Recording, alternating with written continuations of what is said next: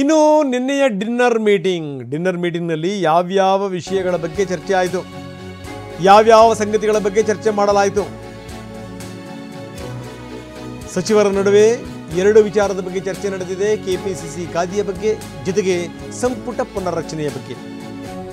ಇನ್ನು ಇದೆಲ್ಲ ವಿಚಾರಗಳನ್ನು ಎತ್ತಿಕೊಂಡು ದೆಹಲಿಗೆ ಹೋಗಬೇಕು ಅಂತ ಕೂಡ ಸಿದ್ದರಾಮಯ್ಯ ಯೋಚನೆ ಮಾಡ್ತಾ ಇದ್ದಾರೆ. ಸಂಪುಟ ಪುನರ್ರಚನೆಗೆ ಹೈಕಮಾಂಡ್ ಗ್ರೀನ್ ಸಿಗ್ನಲ್ ಅನ್ನು ಕೊಡಬೇಕು. ಹೈಕಮಾಂಡ್ ಅನುಮತಿಗೆ ಕಾಯ್ತಾ ಇದ್ದಾರೆ ಸಿದ್ದರಾಮಯ್ಯ. ಇದೇ ವಿಚಾರಗಳ ಬಗ್ಗೆ, ಈ ಎರಡು ಅಂಶಗಳ ಬಗ್ಗೆ ನಿನ್ನೆಯ ಡಿನ್ನರ್ ಸಭೆಯಲ್ಲಿ ಚರ್ಚೆ ಆಗಿದೆ.